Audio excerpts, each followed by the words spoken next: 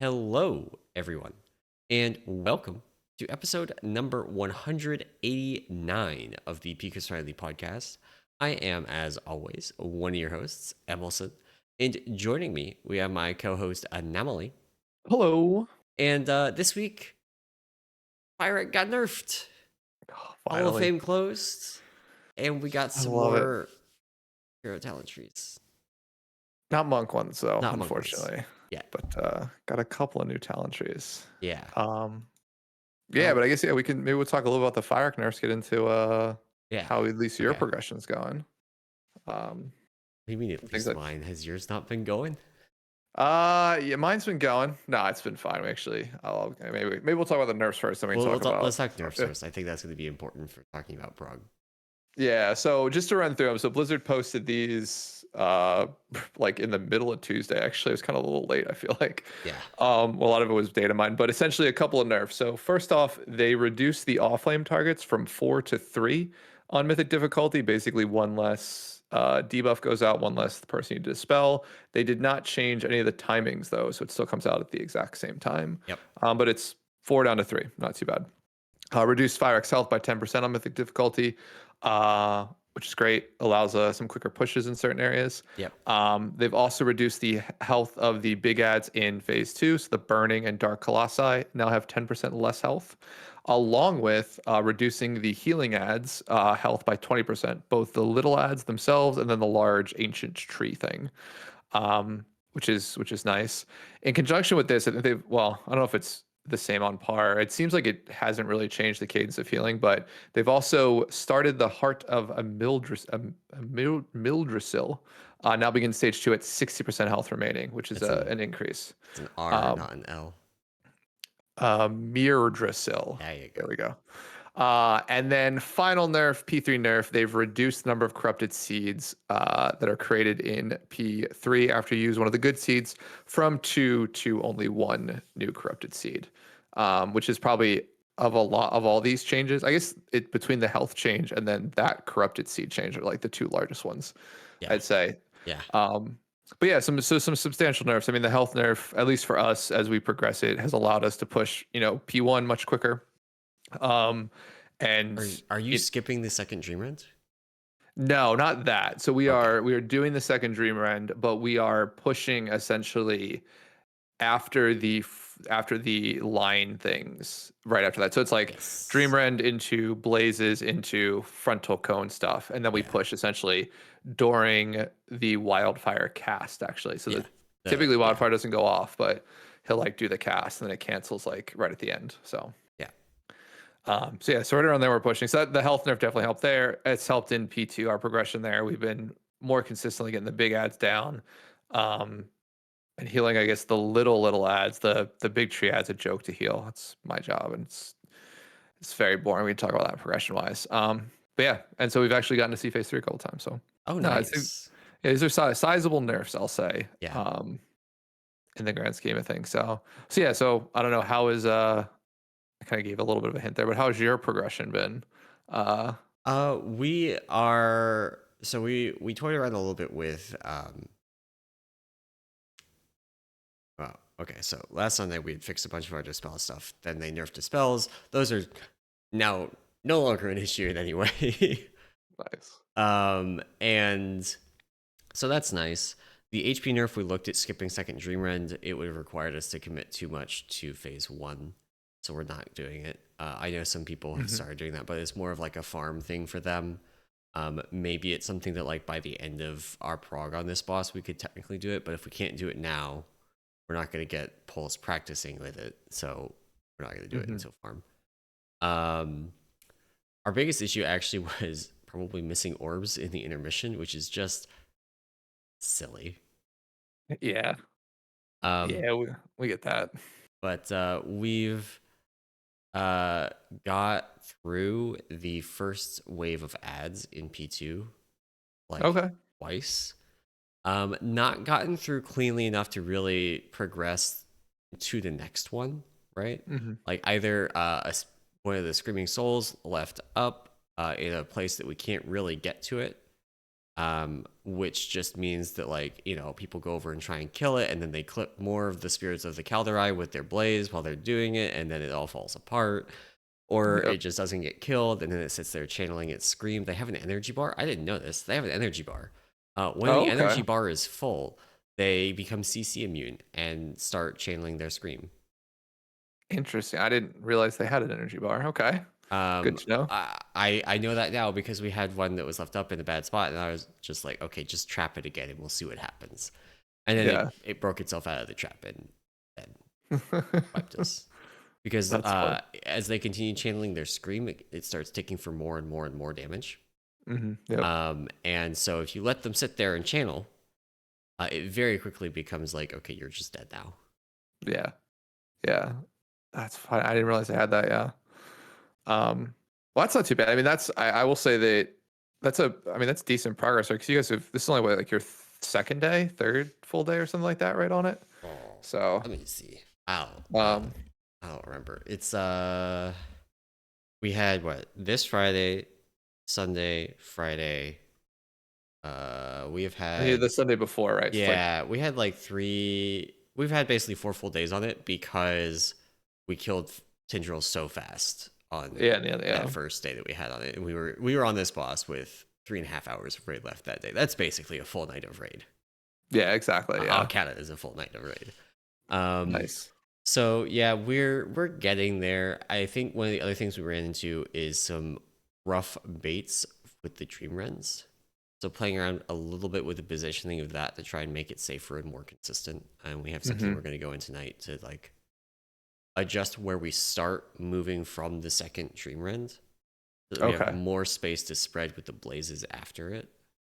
Yeah. Because it's a little bit of the thing where like some of the reason people die to the Dream Rend balls is that they're trying to not get hit by blaze, and so they backstep into one.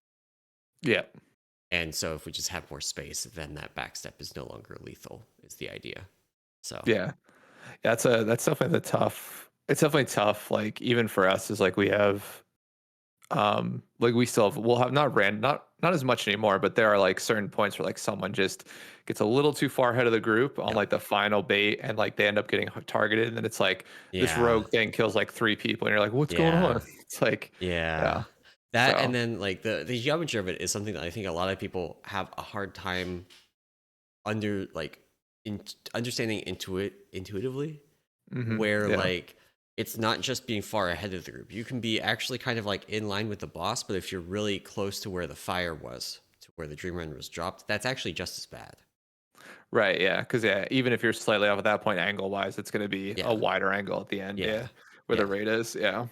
And so we had a couple of issues on last Sunday like that, where hmm somebody let themselves get pulled in, and then sent a stray orb way to the side. Nice, Have not nice, had that specific thing happen Friday, but did have some like bad rolls, bad blinks kind of deal. yeah, well, that's good. Yeah, I mean we've been making steady progress. I think I went into like we went into this raid week just with, we had seen P2 pretty, not consistently, but I think we had gotten to at least the first Colossus down like before the nerfs. So a first set down, and going into like cages and getting that understood. Yeah, So made some really good progress this week. Overall, so like now P2 seemingly unlocked. We still get random blaze clipping ads. That's basically yeah, how we wipe in P2 now. yep. But we've gotten all of our cages under control, which I think is the dumbest dumbest mechanic ever. Are- Is it time for another rant about private auras? Well, I think it. I think it's there is a couple things with it. I think number one, private aura is definitely annoying. I think the other problem is the fact that healers can get targeted is extremely Wait, by the annoying. And purple one? like by the purple one or the Okay. red one, you can get targeted by both. We And have so our like the red one's healers. easy. The red Yeah, one is easy as a healer. Just don't click the button. yeah, But don't yeah. hit the macro. Don't Yep. get put in like a breaking position. You're fine. But if you get the purple one, and like particularly the way that it works healing wise, if you haven't done the fight, is that like the ads walk in such a way that as the line cuts across, like he basically fire breathes the souls down. The ads are just on the other side of that, right? And so the typical tanking position of Fyrakk is very towards the top edge of the platform, away from the heart, Yeah. and the ads are just on the side of that AOE. So if you get the purple thing, you are typically as a healer going to be somewhere in that line, and you'll be trending towards going towards the heart away from the group. So you have to like quickly like either roll or like blink or port, and like I had it twice on Thursday. First time, didn't have my port down, so that's me, not using every available thing. So as I'm rolling in, I roll basically, it triggers as I'm rolling between the two groups, and Oh, we get yeah. somebody killed. Yeah. And then the second time, had my port down, but I port to the one that two people decided we're going to stack on this side. So Yes. there's three of us there, and then I'm trying to make a quick move, but somebody else saw me port in, so they were also trying to basically make the Yeah. hero play, and we ended up, getting people off center. So it's just that part of the like that should I just don't think it should target healers. I just don't think like healers need an additional cage thing to deal with, right? Yeah. But I know that then it just leaves DPS to handle it, so it's whatever. But yeah, I mean, we've been making steady progress. We saw P3 probably about four, like limped in probably like 4 or 5 times, and had Nice. maybe one solid, like everybody alive, get to basically the first seed drop, Yeah. and start to do that, get our assignments down to who's picking up what from a seed perspective, who's using it when. So, no, I think it's funny going, if we would have had this podcast on Wednesday, I would have been like, we're here for another like 3 weeks of this. Like, I'd feel not confident. Like, we are sucking it up in P2, but we had a really good Thursday. So, Nice. but yeah, I mean, it's funny. Like, I have the easiest job in P2. Like, I just heal the big ads. The big ad. Yeah. And it's hilarious. Like, I'm like trying to figure out, okay, what can I do better? Like, looking at my healing breakdown, and I'll look at who I healed, and it's just like 50 million healing on the big ad, and it's like 100, like 1.5 to 2 million healing across the rest of the raid in P2. It's like it's so like not, it's not intuitive, but it's like for me, it's funny. Okay, I'm gonna say this. I still hate the fight. Still think it's a terrible fight, but the concept of healing this big ad and some of like the little adjustments I can do makes it somewhat interesting and like not too bad.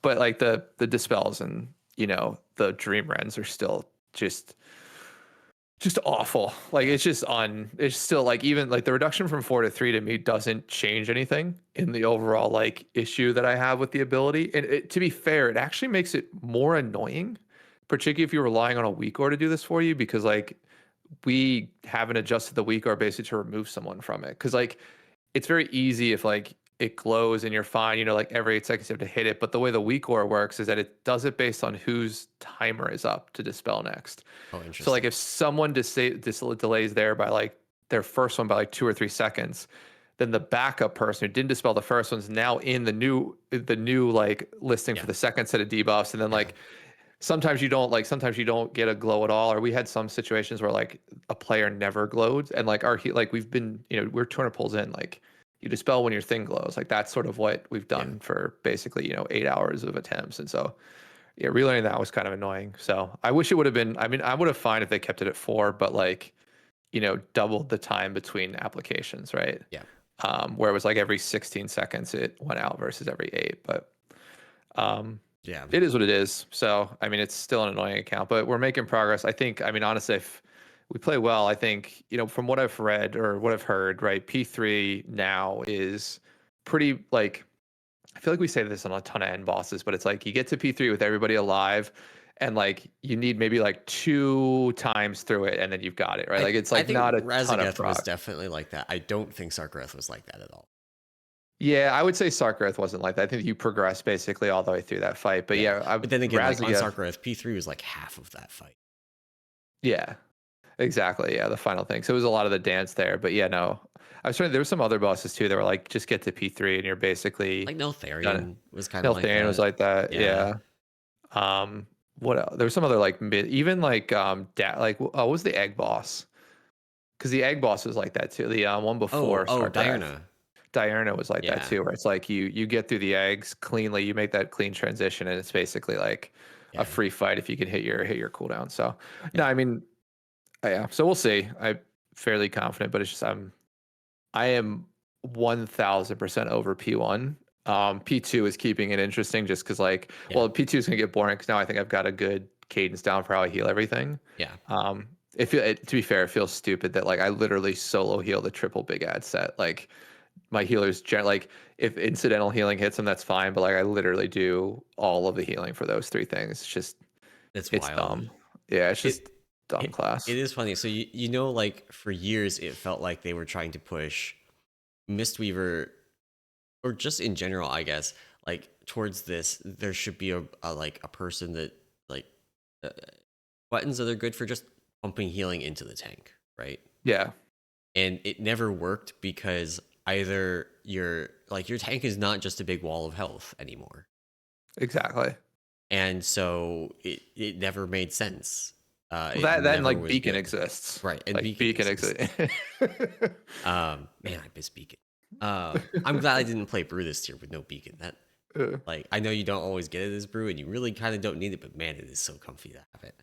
Yeah. But the like it's funny to me that they finally basically gave they finally put the wall of HP in that you have to heal, Yeah. and Mistweaver is just like it.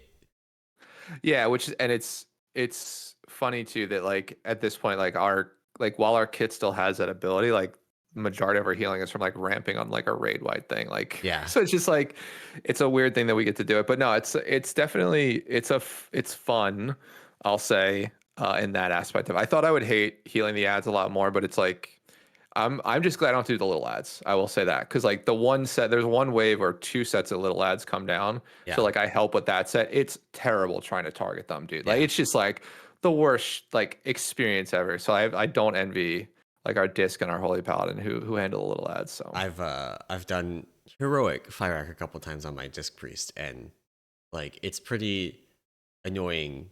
Like it's heroic, so you can't rely on the other healers, right? So I'm just going over there and hitting radiance on it, and then hitting the boss and hoping that that does enough. And it really does a lot of healing to them, but it also kind of means you don't have the radiance to do an actual ramp.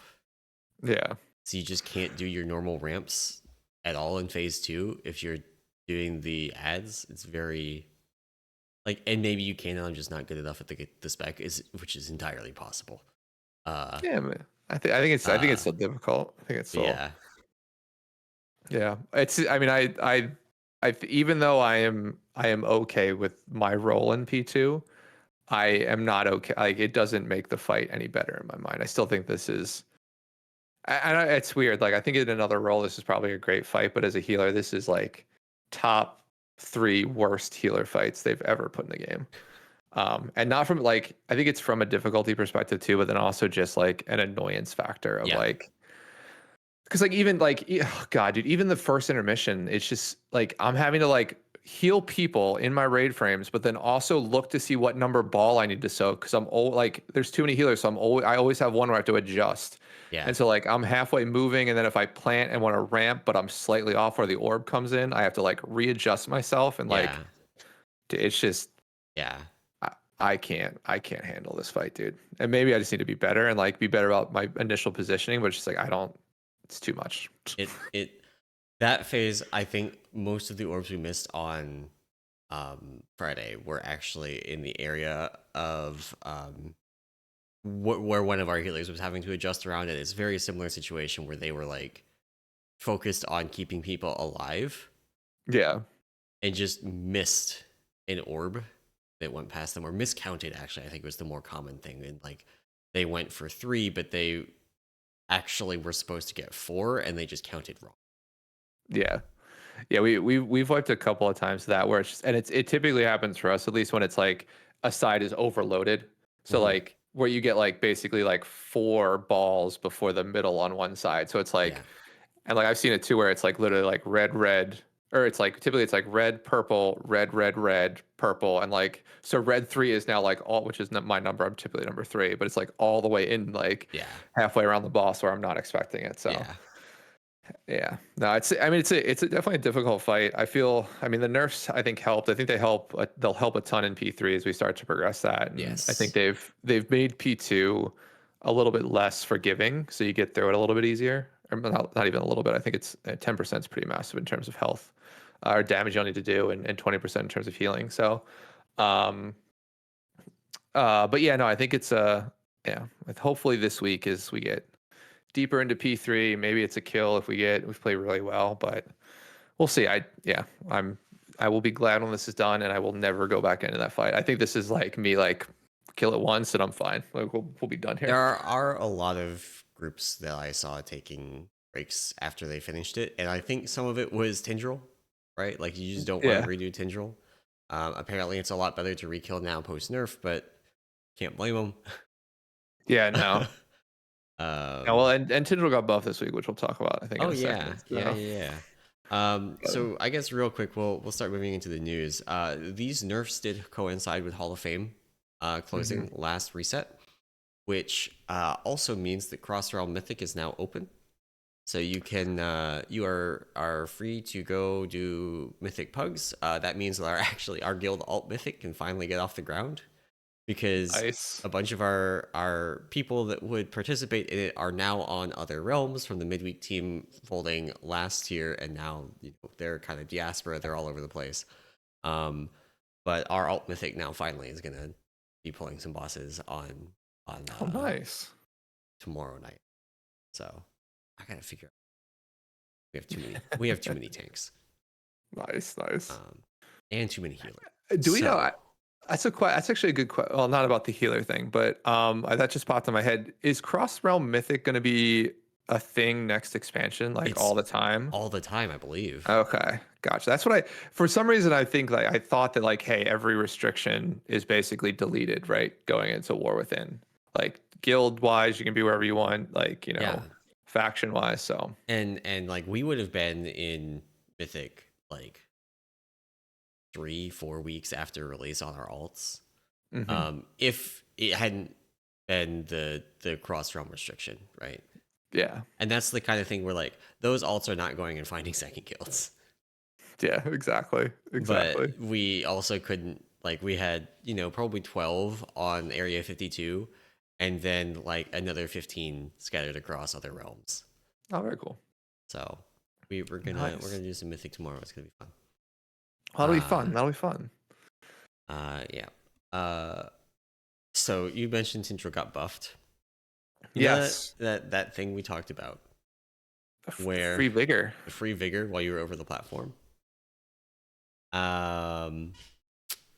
It's gone. It was a quote unquote bug, and they deleted it. Like what? Yeah. This is stupid. But so basically at this point, like you will no longer regain your vigor shortly after taking off.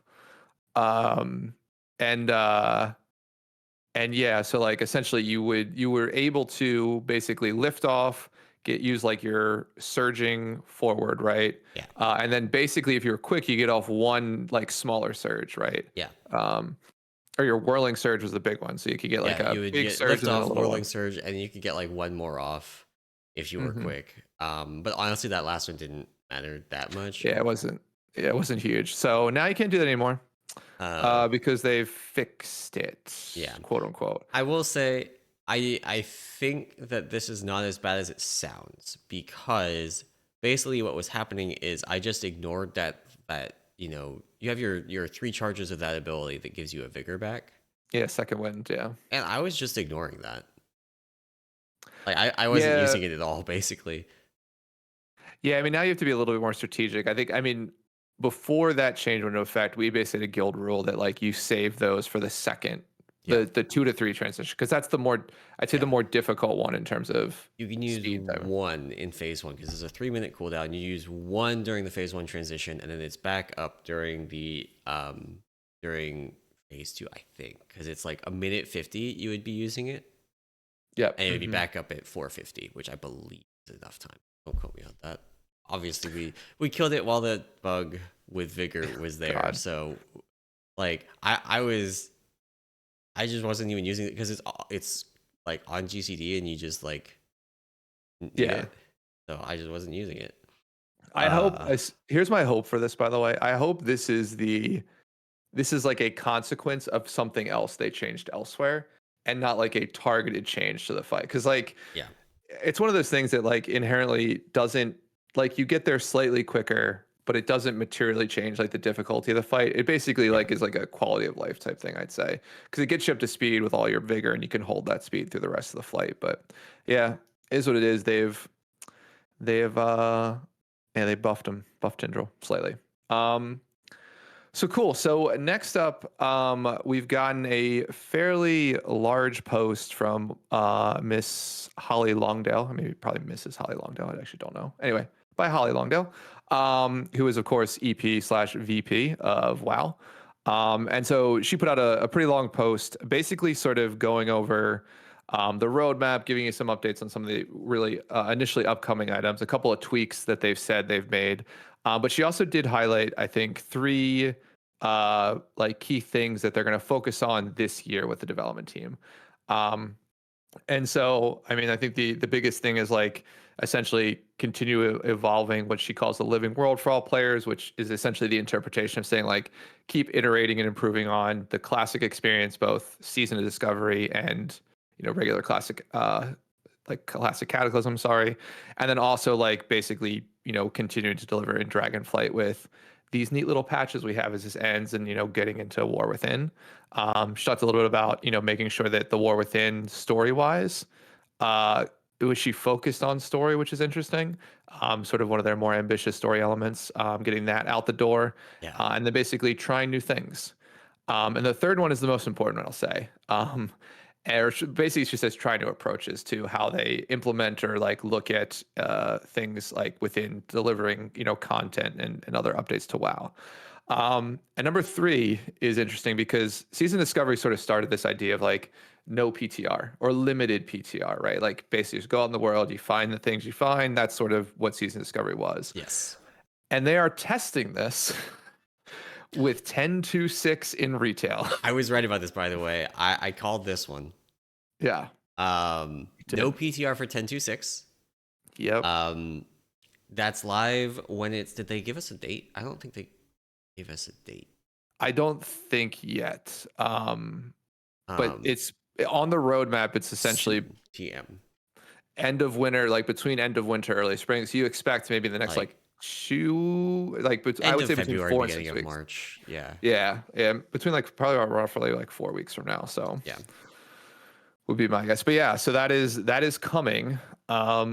So yeah, we'll see how this is. This will be, gosh, like like since I think PTR became a thing, this will be the first like incremental patch they deliver without ever putting it on PTR. Yeah. Which is Huge. interesting. Yeah.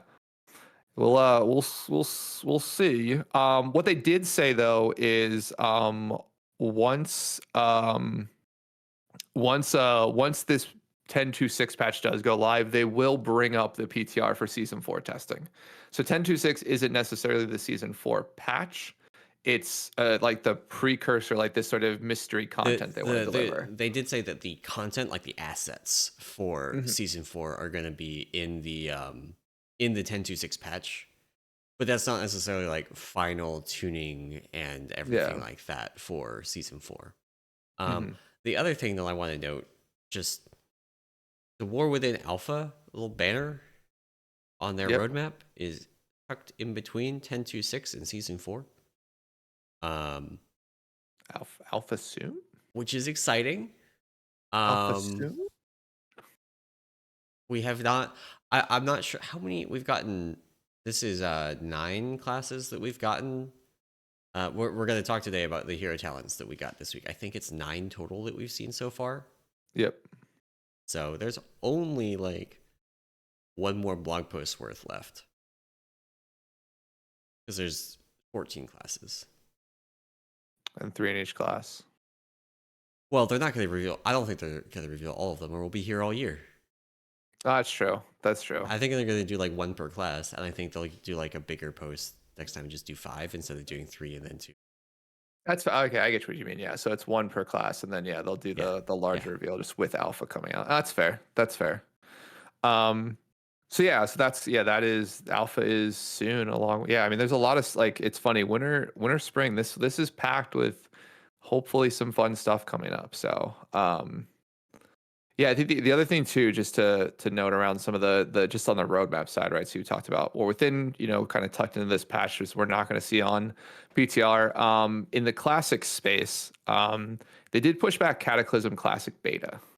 So that's been pushed back, basically more forward into the spring. So a little bit less, we'll say, beta time, which I don't think matters drastically too It's not much. as big of a deal Yeah. for classic, especially like the Cataclassic zones are all currently in retail. Yeah. Yeah. There's not this huge data mining thing that they had to do to reproduce the old zones as they were. Hmm. All the quests are there. So the bigger question, I think, is probably going to be around reproducing the classes as they were rather than Yep. anything else.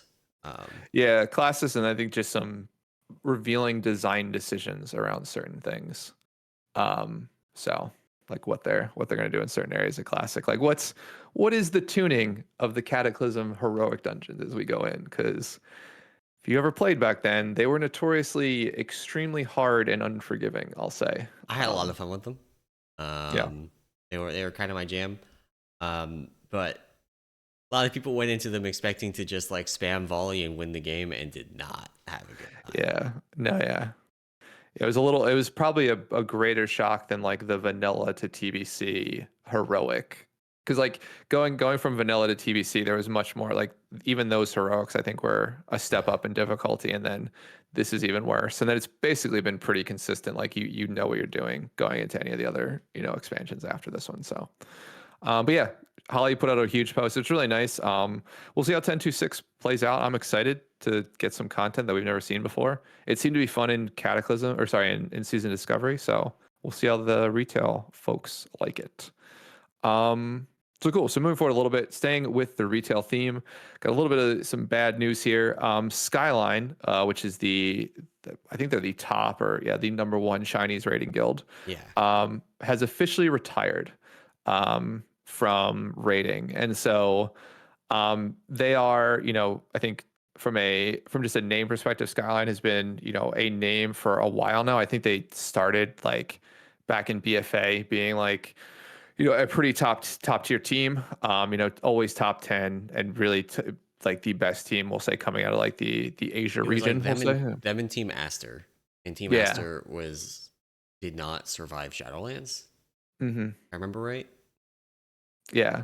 Yeah, they did. Yeah, they ended. Yeah, I think it was the final or like the tier before the final tier in Shadowlands, and then I think they blew up on the Skyline. jailer. Yeah, Skyline moving forward, which Skyline notoriously this tier hit their 10 or what was it 8,000 Tindral pulls. Yeah. The 1K Tindral pull guild. But yeah, they're calling it quits. Put out a statement just about it. The interesting too is of course Chinese realms were shut down. What is it? Last year around this Yes. time, Yes. about a year ago. So they migrated to the Taiwanese realms and got themselves, back, recreated all those characters, got themselves back into it. But yeah, no, it's another top level guild that sort of closes and shuts down. So kind of sucks to see it. They're, to be fair, I think they're the largest reason, or not the largest reason, but the a huge name in the Chinese scene. So it stinks to see them Yeah. go. So Yeah. Um, Kind of interesting. There's also been rumors of WoW coming back to China proper. mhm. That's unsubstantiated as of yet, but rumors because of some stuff from NetEase. So that would Yeah, be and some awkward timing. yeah, and it'll be interesting to see if they can leverage any of the Microsoft contacts to Right. like, renegotiate this deal. So, yeah. So we did get a question about this. Is just real quick we can touch on it as we talk about Skyline. The question essentially is like, is it possible for the top guilds like Liquid or Echo to acquire players from Skyline or have people from Skyline play with them? And the answer is yes. Yeah. I mean, like it's like Liquid way back when they were still Limit had a player Supreme who played with them, and Supreme wasn't from China, but he was from like Singapore or Taiwan. I want to say something basically similar area of the world, but he Right. rated with Limit in the US. So I mean the ping wise, it's like 200-ish ping, so it's not terrible, not great, but It's also I would something imagine. where like for the race, they can fly out to California or Texas or Boston or wherever they're doing it for 2 weeks. Right? Yeah, exactly. And as long as there's not this like jailer situation where they're there for like a month again, Yeah, unexpectedly, exactly. it's not a big deal Yeah. for that to happen. And then they can play on 200 the rest of the time. Not that big of a Not deal. not not as terrible during farm. So yeah, I mean it's we'll see. I mean I don't know much about the scene, so like I don't know if there's even any players that are worth it. Supreme's like literally the only name that I know of from that Yeah. area of the world. So um It's I mean, I assume there's probably some that would be competitive with their roster, but there's a lot of barriers that like yeah, they'd have to be, like really good, like I'm fired up kind of tier players to probably justify hurdling all those barriers. exactly. Yeah, there's like I mean it's like there's not just like gameplay barriers, but there's probably some language barriers, there's Yeah, cultural differences, right? yeah, There's like the ability for like someone in China to play on US servers, which isn't always an issue, but potentially could be for geopolitical reasons. So yeah, I mean I think it just is what it is. So uh but yeah, so yeah, so that is the sort of the update there. So sucks to see Skyline go under, but wish those guys the best, and we'll see if they see if any of them pop up somewhere else. So well cool. Well let's maybe shift a couple of gears here, or shift a total gear here and talk about my favorite version of World of Warcraft currently. easy to discovery. Season of Discovery. So yeah, Season of Discovery had their phase 2 launch on Thursday, and I haven't played that much. So no, I got a bunch of people, that I play games with that are loving it. So Season of Discovery's out.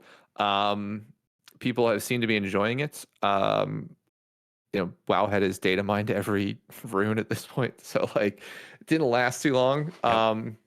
But no, it seems to be out. No major issues that I've seen. A couple of like awesome quality of life things that are out there, which we'll talk a little bit about. But no, it launched. Nobergon, of course, is the raid. And speaking of a raid, of course, there's always a race for world first, and the raid was cleared. I think within like maybe 12 or 15 hours of launch. It was 4:32 a.m. Eastern time that it was cleared, and So 12 hours. So because the it launched game at 4 came Eastern. out, yeah, at I want to say 4 Eastern. So Yeah. it was almost exactly 12 hours. It was That's wild. so there's a little bit of an infamous thing now at the conclusion of the race that none of the above was actually so far ahead of everybody else. Hmm. That they spent an hour wiping on Mechgineer Thermoplug, who is the final boss of Gnomer again. Because they didn't realize they had to kick something. And I don't know, like in Classic, you can't see people's cast bars, right? Like you can't see hostile cast bars. Yeah, So there's that going on, right? So it's not like in retail where you just see something casting, you go, oh, I can kick that. exactly. Yeah. But then also they had been playing for 11 hours, right? They had been playing like Oh, all yeah. night. And there's absolutely fatigue at that point too, right? You get to the end. Um, they burned so much of their lead there. They almost lost. The number 2 clear was 9 minutes later. That's so funny. That's wild. Yeah, no, they crushed. I mean, that's wild to get to level 40 in like essentially what, like 9 hours, and then going in raid for another like, 2 or 3. So no, they that was whew, props to them. Props to them on the clear. So it seems like Yeah. a fun fight. I watched a couple of the fights. Seems like a cool raid. So I'm excited to get in there. I think the classic stuff does it just right. Like we've talked a little bit. I've equated it to playing like Comp Stomp with the old like StarCraft 2, like Brood War Yeah. map or whatever. Yeah. But I think it's still a lot of fun, and it's fun to see like your buddies get loot and stuff like that. So Yeah. hats off to none of the above. They crushed it. But The just irony of there being none above, none of the above. yeah, exactly above them. Uh, Um, A couple of just quick hits things, just in terms of season discovery. We don't have to spend too much time here, but there's a couple of cool quality of life things that have been put out by Blizzard. So like most notably, the really the nice one is that they've added for all the major like buffs, so like intellect, fortitude. I think it's even I don't know if they did it for Mark of the Wild.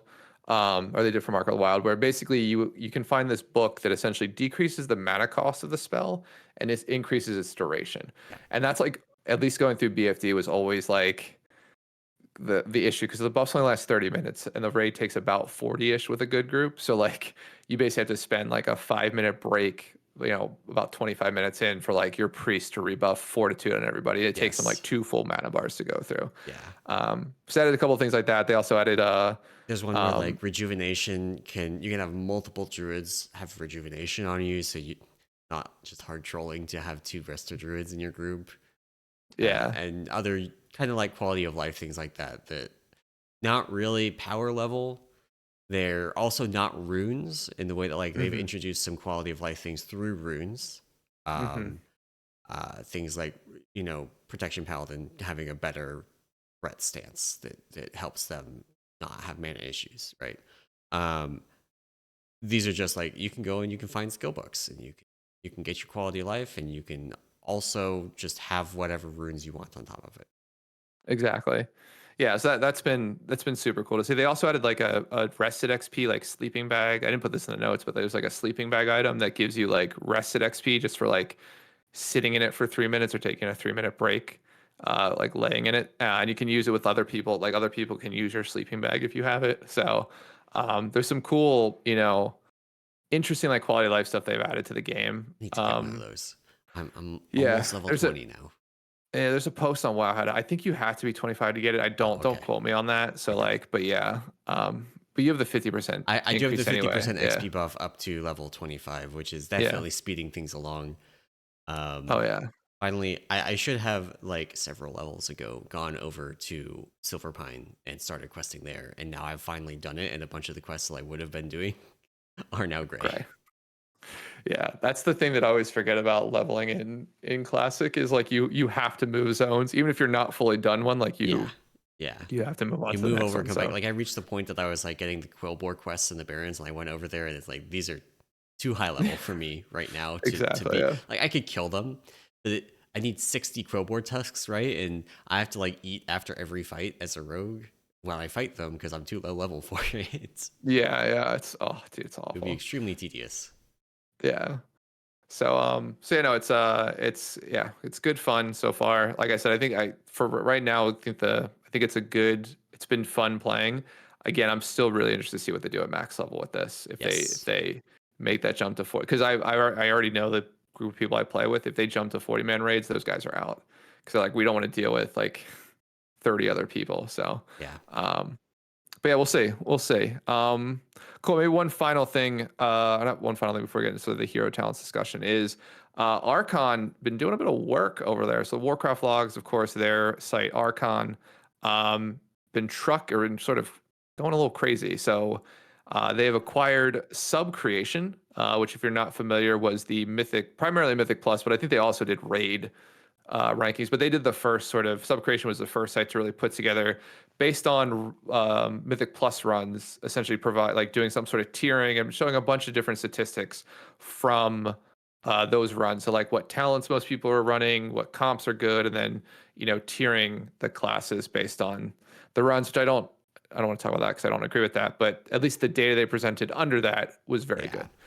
Um, and then so Subcreation sort of goes essentially away, but they've incorporated a lot of what they're doing and some of the concepts of what they're doing into the Archon version of their Mythic Plus, and I guess maybe some of their raid builds, but Yeah. um, raid It stuff. But sorry. sorry, Yeah, no, you can go. so I'm one of the ones that's been working a lot on this. This started actually and you can read wow, I cannot believe I am blanking on their name. Cannot All believe I'm blanking. caress. Alcaraz, thank you. Yeah. Uh Alcaraz reached out to us after Archon was released because they were going to have to do a really significant overhaul to the code for subcreation. February 1st, basically, in order to keep it running. And they were like, well, I don't super want to do that, and B, like Archon is kind of like doing the same thing that Subcreation is anyway. Yeah. But we're doing it with a lot more data. We have access to the complete data set that we can use for this stuff, whereas stuff like Subcreation and other similar sites are basically sampling the top end. Yep. Mm-hmm. And so we can do some more things with that. It's been very interesting seeing the response to Subcreation going down. It's I don't know what your thoughts are. So I have no shame. This is like when this was posted in our Discord. This was my initial response. So all that was posted was the Archon.gg news post about it. Yeah. 1 minute after I said, "So you made the product worse?" ? Nice exclamation point. So I to be fair, like here's the thing. Like my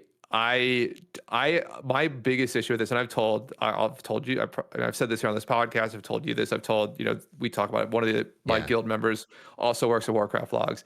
I hate the tier lists. Oh yeah. I think the automated idea of doing a tier list. So when you say you made the product worse, you mean you made Archon worse by bringing in more tier lists? Yes, okay. Exactly. Yeah, that's what I meant. Yeah. And so like that's my biggest issue with it. So like whatever, like my personal opinion is that like I just don't like those things because I don't think there's enough like you can't infer certain things from just the data, right? And so like most people, if you think about this enough, will realize this, but the large majority of a community won't. So in any event, that's my biggest issue with it. But I think in general, from like a business decision move, because I think my understanding is like Alcaraz is going to provide you guys with feedback, right? In terms of like has actively been for like a month. Yeah. So I think in that regard, that's a huge amount of like knowledge you get to implement into Archon. So from a business decision, love it. Huge fan, like great business decision to say like you take a person who's doing something very similar to you, they don't want to do it anymore, you get all that knowledge, right? Which is just awesome. But yeah, tier list wise, so I mean I joked about it. There's been there's been a lot of like UI UX issues that have come through post like announcement. Like one of the things we realized as people were giving feedback after the announcement is how much of the initial screen space is taken up by things that are not the thing you're trying to look at, right? Like we had the big Archon logo at the top of the page that now is it's there on the landing page, but it's not there on the rest of the pages. And that saves a bunch of screen space. There's other things like we've done a bunch of work on the navigation between pages to make it easier to see what's actually there, because it turns out that people not just don't scroll, they don't even see the scroll bar. And so they pull up the page and they go, this doesn't have any information on it. Where's all the information? Exactly. So a bunch of navigation improvements there to make it faster and easier to jump around between stuff. And just like lots of changes. There's still like, there's a contingent of people that really want, I don't know. It's some very confusing feedback where like people feel like they were getting really like detailed statistics from Subcreation, but they weren't. Like, I don't know if they were looking at the same website that I was sometimes. Well, that goes to one of the biggest things I learned, at least in business. The parallel here is that it doesn't matter what your data says. If you make it look better than the next person, people like your data more. Even if your data isn't as thorough or as thing, it's like it's very much there's a level of like visual like, in this case it's probably visual familiarity, right? With the way that Subcreation presented things. So like you're definitely gonna have a fight against that. Is like people expect to see things in a certain way, and they put trust in that. That's what they've known for the past. Subcreation's been around for like what, 5-6 years, right? A long time. Like a decade. It's a fixture throughout community. So it is very bittersweet. Like obviously this is good for Archon. But it's also like this has been such a staple point in the WoW community for years and years and years. It does suck to see that shut down, even though we're like incorporating some of this stuff. Like we got a bunch of input from Alcaraz, and like our tier list algorithm is changed now to implement basically what Alcaraz had. And the only adjustments really are to accommodate for the fact that we have the complete data set, Yep. not just a, top 500, top 1,000 of each key. Yeah. So things like that. But yeah, it's still sucks to see it go. Yeah, no, it sucks to see it go, and I think you'll always like. There's also too. I think you guys are gonna fight. Like some of the sentiment I heard, like less around feedback about the actual site, but like more about. To be fair, I just literally read the comments on Wildhead, and people were like, "Great, there goes another one." Like, get someone using like there's some other site like I saw people. Oh my Murloc.io. god! The Yeah, thing that got me the most. I was reading the competitive WoW subreddit, which is sometimes a it's mistake. it's such a terrible idea, but yeah. I saw people recommending u.gg, and I was like, oh my god. That's, hold on. I think I literally said, "Oh, did I say that to Argo?" I want to because I think I mentioned like, "Well, now I guess I got to use UGG." I saw And like people at that and, point, like, I started laughing. It's Reddit, right? You don't know if people are being serious or if they're being facetious, but they were Yeah. getting upvoted, so like there's some degree of somebody being serious about it. Oh my god, yeah, Like it's so the funny. whole reason that we actually started working on Archon is u.gg using our data super badly. Yeah, yeah, Like the infamous like 3-tier piece bear from last season, yeah. and things like you would go to their brewmaster page and it would be like, here's the best build, parses 2. And like, You're like, dude, like, come on, like some thought here. Yeah, no, I think I did make a u.gg joke in my little assessment of this when we were talking about it. But no, yeah, I think ultimately, there is a non-zero number of people and probably a large significant number of people that like this type of stuff. yeah, And I think putting together a product that you guys have all the data, it makes sense to do it, and incorporating knowledge from someone who's been doing it for yeah, basically forever. It's just an awesome business move, particularly if he was going away anyway, right? Like yeah. if he wasn't gonna, because I mean, I think the feedback I got, you said, yeah, it was like it wasn't just like a minor update to the site. It was like, hey, Oh yeah. we gotta The take this from the ground up again. it's like Python 2. I mean, this is if you know the Python ecosystem, it's like a Python 2 to Python 3 kind of level change. Oh, yeah, Where Jesus like for Christ. some people it was easy, and I think for Subcreation it was not going to be an easy migration. Yeah, yeah. So So yeah. yeah, it makes sense to keep that knowledge around. So no, I mean, that's awesome. For you There's guys. also So like related season discovery got support on Archon this week. I'm not going to spend a lot of time talking about it yeah, because like the main thing is just you can see what runes people are using. which I think is like Uh, the coolest part. Yeah, yeah, I think that's what people want more than anything else. Is like you go and you can see like, okay, like 80% of people are playing this rune, and there's a lot more variety in people playing these other runes. Some different choices people are making. There's one that's like yeah, 50-50 for ranged hunters. So yeah, but that's a thing. We haven't switched it over to Gnomer in the data yet, I don't think, because there's not enough of it. There might actually be as of today, but there was not yesterday. gotcha. Uh, Well, cool. Well, awesome. Yeah, I can't wait to see more updates over there at Archon for sure. Well, cool. We only have about 5 minutes. We sort of went a all little bit right, long on that. so we've got hero talents, right? And Yes. we've got the mage ones that honestly they're irrelevant, and the druid ones. I don't know if you looked at them. I did not. I did. So of all of them, I didn't look at. I didn't realize Druid got released. I thought there was a different fourth class. They released Okay, the so it's Keeper of the Druid. Grove ones and it's like updated, and I heard nothing about either of those except Yeah. like the only thing that I heard about is Oracle Priest, and that's what we're going to talk about for the next 5 minutes. Yeah. Yeah. So the priest hero talents were released. So Oracle Priest is the Holy it is discipline. disc holy disc. Yeah. Sorry. Yeah. Holy disc talent tree. Um, And based on the talent tree, there is a lot of buffs to a fairly iconic priest ability. Some may know it as power infusion. And so a lot of the hero talents center around basically power infusion. And so if you are a Yeah. fan of power infusion, you will like this. If you're not a fan of it, maybe not. So yeah, this seems like Yeah. Blizzard doubling down on power infusion as like a buff that priests bring. And I will say that like I did watch Jack put out a video on this.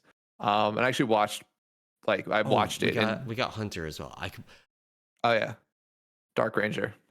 yeah, Didn't hear anything about it. The priest one I think was like dominated the news cycle in yes, terms of like just the like Twitter and that type of stuff. But yeah, Jack put out a video on it. I mean, I think the problem is it doubles down into power infusion, which is like a very polarizing ability, right? Like it is yeah. cool that you can buff other people. It is uncool that like as a priest you're essentially like a buff bot that you didn't sign up to do that. So yeah. Yeah. So like the hero talent tree does is the first thing you get is this ability premonition that replaces power infusion. And this is actually I have some thoughts on this. So basically this is like your Twisted Fate cards from League of Legends. If you've played that, you push a button and then you get like this rotating red, blue, yellow, red, blue, yellow. It always goes in a consistent order, but it starts from a different card every Hmm. time you push the button.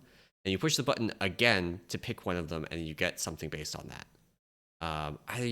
It's either you push the button again or you, I think you lock it in. It's been a while since I played League of Legends. Hmm. Anyway, with this, you push Premonition. It starts rotating through Solace, Insight, and Glory. And what these buffs are, Solace is increase the target's healing received by 25%, which is basically useless. So that's just a dead one. Like maybe it's useful on like the trees on Fyrakk. Like it's extremely niche.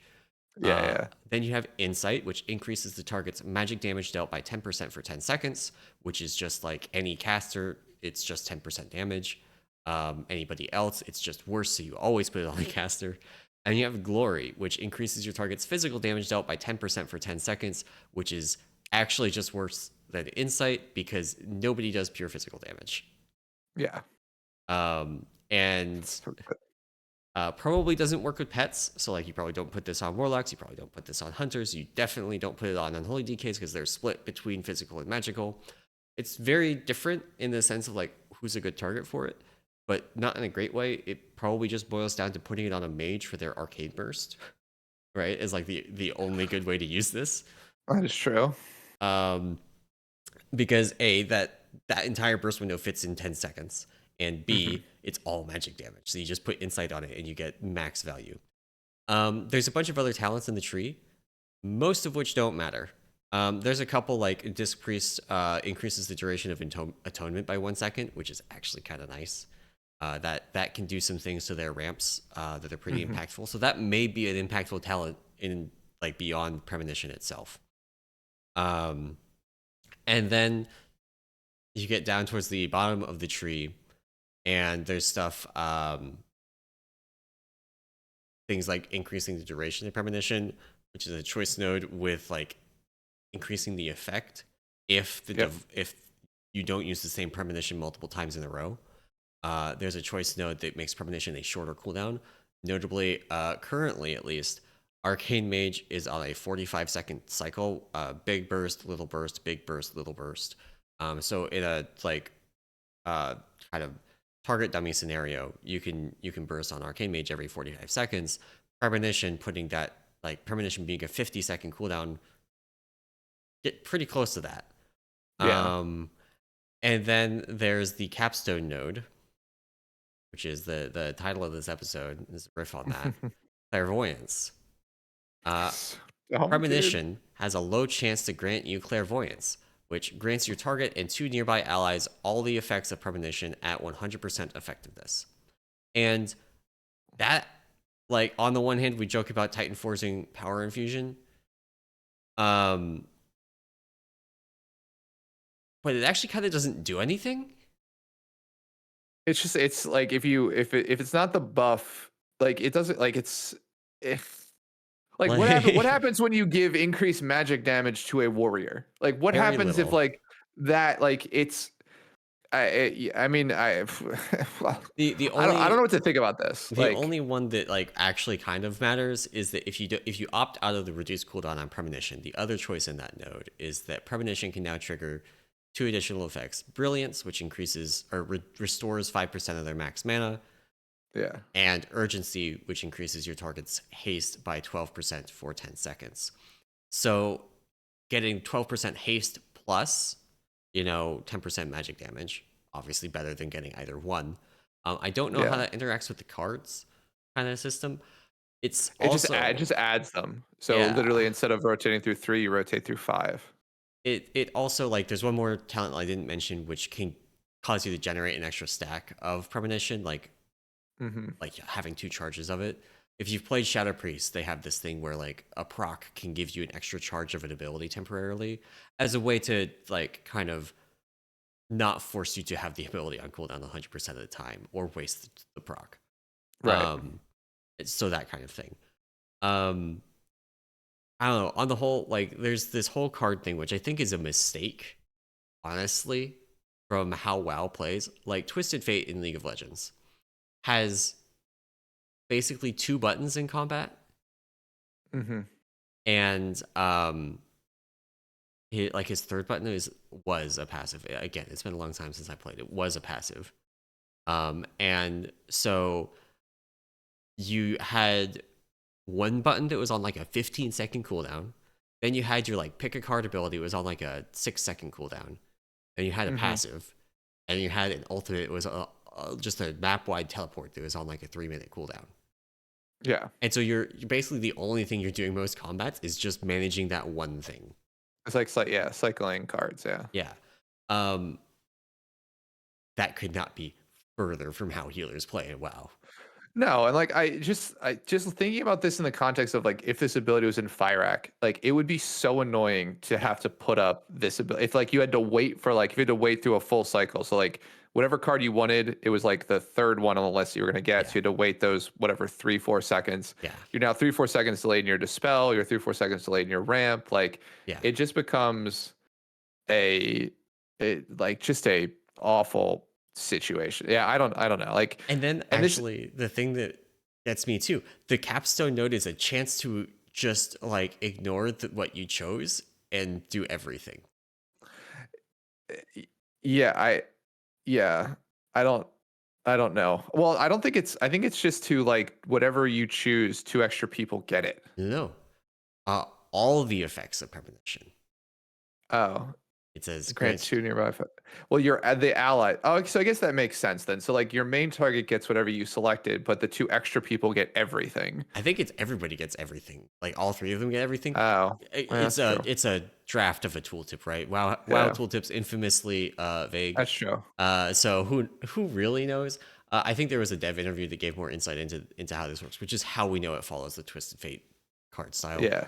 Um, So yeah, but I mean, I think ultimately my issue with this entire tree, right, is they've basically centered on an ability that is extremely polarizing in the yes, community, and that like to me this it's essentially like there are different types of abilities. So we didn't really talk about like Dark Ranger or Frostfire Mage, right, which are yeah, the other 2 ones that were released. But Dark Ranger quickly like centers around Black Arrow, right? Which is an ability that they've had like hunters have had in the past, but sort of the entire tree is like adding this new ability and sort of buffs and how it interacts with the 2 hmm specs that it shares. I think it's Beast Mastery and Marksman are the two yeah. specs that share Dark Ranger. So like that's interesting. It's a new ability from your hero talents, and then like you get buffs And and different interactions there with it's it. bringing back kind of elements of the Venthyr ability for hunters that people really liked. So it's actually bringing back like something that people were a big, like, 2 things that people were a big fan of. A, Black Arrow, very common thing that people ask to have back, Hmm. like casual players ask to have back, and then also the Venthyr ability, which was a fun thing that like the kind of higher end spikier players enjoyed. Um, Ex- and so you bring those 2 things back, and it's pretty generally positive. I've not seen anything bad really about Dark Ranger. Yeah, and similar Frostfire Mage, the infusion of like Frost and Fire Mage, and like a Yeah, lot of the buffs there Pe- make sense in terms of like people buffing liked one versus the Frostfire other. Bolt. Yeah, yeah. So I mean, my concern with all this, having not played any of the like I don't really play those classes, but for monks specifically, is for them to take an ability and like center the entire tree around it, and then it be the wrong like the That's my wrong ability. concern Like about the invocation sense. Like the description, one of the monk trees was basically centered around, or sounded like it was centered around Celestials, conduit of the Celestials, and I am afraid of them picking Evoke Neozao. Yeah. That would suck without Yeah. significant changes to Evoke Neozao. Yeah, no, and I think, I mean, similarly, like if they center things around Essence Font, like if like for maybe it's like the Yeah. Windwalker and like Mistweaver Tree, whatever that one ends up being, and there's like an AOE component to it, so it's Yeah. like it becomes an Essence Font centric tree if you're on the Mistweaver side. Just Yeah. yeah, it's I don't know. We'll see how it goes, but it seems like this is the case of like Blizzard is either on it or off it, and Yeah. I'm This typically, if one's that's the case with monks, they're generally off it. I'd say they're past in the past. I don't know. So I think this tree, even setting aside the whole like power infusion thing, I think mhm, mechanically it's probably a dud. Like I think that the card selection thing is just not going to work very well in WoW mhm, with the way that yeah, healers actually function. I think there's too much other stuff going on. Like and especially like if you let it rotate and you miss your card because you like get distracted by dodging something, right? Then you have to wait another 3 seconds to get it, and you've basically now wasted your premonition. exactly, yeah, yeah. Particularly, like I don't know. Did they talk about this? I don't know if you know this, but like, are you locked into only doing the card thing for those 3 seconds? Like, can I I cast don't other know. I heals or assume other you can spells? cast other spells, but Okay, yeah, we'll um, see. That'll just be awkward, I'll say. So yeah. And I don't know. It's very funny to me. It's still funny to me. You get to the end, and the end node is like, okay, there's a little bit this little teensy hint of like, wait, maybe this card thing is actually bad. What if we just let you ignore it sometimes? What randomly though. So like we're not going to tell randomly? you we're going to let you ignore it, but like Yeah, randomly you're going to ignore it. So like even though you yeah, just spent 3 seconds waiting to get the exact card you wanted, we're just going to say, screw you. We'll give you everything anyway. It's yeah. like, what the fuck? I Yeah. like I think that they could do a power infusion one, and honestly, I would not want it, but I could understand doing it. Yeah. I don't think this is it. I think that on a mechanical level, premonition's not good. Yeah. Yeah. And even the people that want something are, I mean, maybe there's like I don't know, Johnny Casual wants this and wants there to be a mini game where they stop healing people and just like focus on their buff, and Hmm. like fine. Okay, maybe there are players like that. I don't know. I think that on the mechanical level, though, this is just going to be a very annoying thing to play, and unfortunately, like just because of the like balance of the game, it's probably the one that every healer priest takes, Yeah. unless Unfortunately. the other nodes or other hero tree options are just so powerful that they outweigh bringing more damage, like a lot more damage in some cases. Like the Arcane Mage case, making your Arcane Mage basically do 10% more damage is just way better than anything else you could do. Oh yeah. No, I would agree. Yeah. So we'll have to wait and see. I mean, we'll see if they make any adjustments to these things. And then I think the biggest thing is we'll see. Hopefully, we get a preview of some of the monk stuff in like the next week or so, right? Yeah. As we get a little bit closer to alpha and that detail. So, Yeah. but cool. So yeah, that's I mean, I kind of like would have liked to spend more time talking about like Dark Ranger or Frostfire Mage, but honestly, like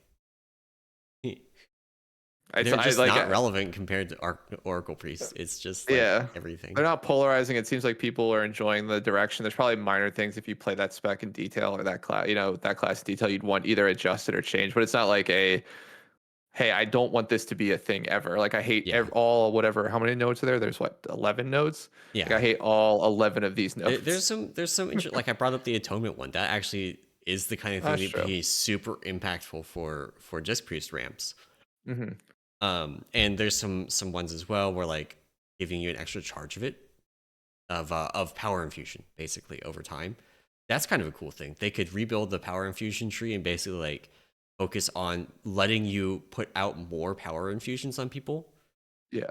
Like you already can't stack power infusion, but like imagine if the power infusion tree is actually about instead of making your power infusion this like slot machine, the power infusion tree focuses on letting you PI more of your raid. Like that's cool, and I think a lot of people would get behind that because one of the sticking points of power infusion is just always that one person gets it. Hmm. Yeah. So yeah. Yeah. We'll see what they do. We'll see what happens. But yeah, I don't. This first piece, not the best. This is the first hero talent tree that I've seen that I'm like, this is probably like entirely in the bin before we hit release. Yeah, that's fair. There's a couple of nodes in here that I think we'll see release, and I don't think the core concept of the tree will actually make it. I hope not. I hope not. Power infusion tree, fine. This one, not it. Yeah, exactly. But yeah, I think that is going to be it for our show today. I'm still just like shocked. I can't get over it. Anyway, that is going to be it for the show today. Thank you all for watching and or listening. And if you want to support it and the work that we do over at Serenity.com, you can do that at our Patreon at patreon.com/Serenity. And of course, come and join the Discord. It is the best place to shitpost about Titanforging power infusion. And F1. And F1. Here's a fun one. Which F1 driver would benefit most from power infusion? Lewis Hamilton, because he needs all the help he can get to catch Max. I know those names. I don't know anything about them. Lewis is considered the greatest driver of all time. Max is the current 3-time champion. So okay. I'm a huge Max fan, and Lewis is old and washed. That's Max Verstappen? Yeah, Max Verstappen, yeah. Okay. But yeah, that is going to be it for the show today. Thank you all for listening, and we will see you next week. See ya.